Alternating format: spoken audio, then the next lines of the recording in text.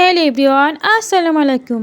এর আগে যে মাটি দিয়ে চুলা বানানোর জন্য প্রসেস করে রেখে দিয়েছিলাম, সেটা আজকে পুরোপুরি চুলাটা বানাবো। এই জন্য চলে আসছি যে গোসলের আগ দিয়ে চুলাটা রেডি করে তারপরে গোসল করতে যাব কাদা মাটি সেনে।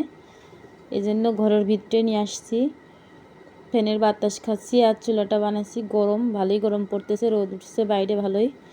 এই যে চাকুর সাহায্যে দুটো গর্ত করে নিয়েছি, এটা বড়, এটা হাঁড়ি পাতিল রাখা লাগবে। আর এই পাশে খড়ি ঢুকাইতে হইব, এই জন্য আর কি।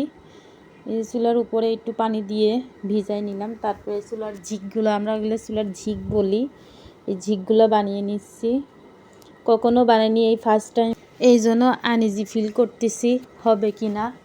তারপরেও চেষ্টা করতেছি, ইনশাল্লাহ হবে।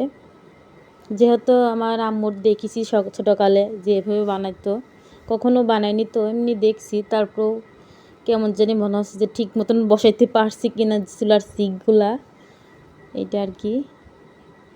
সমস্যা নেই, যদি ভালো না হয়, যদি না ভালো হয় আমি আমার ভেঙে ফেললে আবার বানাবো। তারপরেও আমি বানিয়েই ছাড়বো, চুলায় রান্না করেই ছাড়বো। এই যে দেখেন আস্তে আস্তে কত সুন্দর হয়েছে না।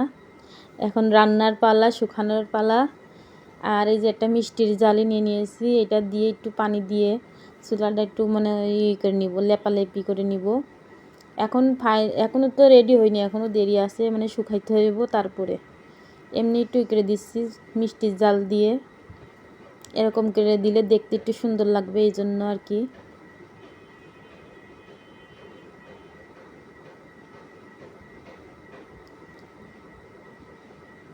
এই যে চুলার ঝিকগুলা কত সুন্দর হয়েছে।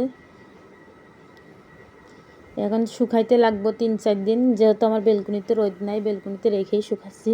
কেননা এই ছাদে বারবার নিয়ে আসা, যে কোনো সময় বৃষ্টি এসে পড়বো, এই কারণে আর কি বেলকুনিতে রেখে দিছি। যেদিনকে শুকাক সমস্যা নাই, এত তাড়াহুড়ো নাই। যেহেতু চুলা বানিয়ে ফেলেছি, রান্না অবশ্যই করব ইনশাল্লাহ। চুলাটা বানানো হয়ে গেলে গোসল করব, কেননা এই কাদামাটি ছানার পরে ঘর বাড়ি মুছে তারপর গোসল করব। কাদামাটির কী অবস্থা দেখেন, ঘরের ভিতরে আনছি আরও। এই যে হয়ে গেছে আমার সব কিছু।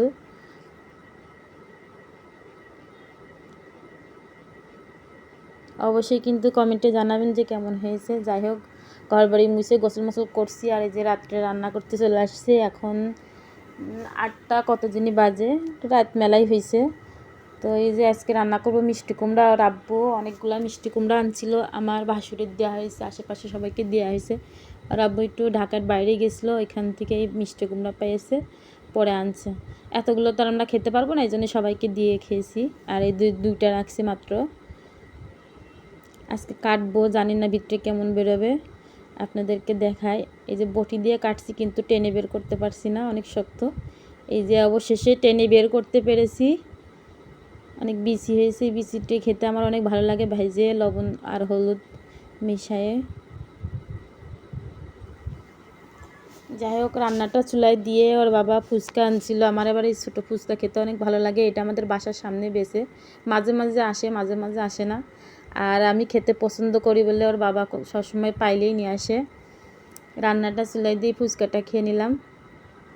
তো ভিডিওটি কেমন হয়েছে অবশ্যই কিন্তু কমেন্টে জানাবেন। আর ভালো লাগলে একটা লাইক, একটা সাবস্ক্রাইব করে দিবেন। এই টকটাও না অনেক মজার বানাই।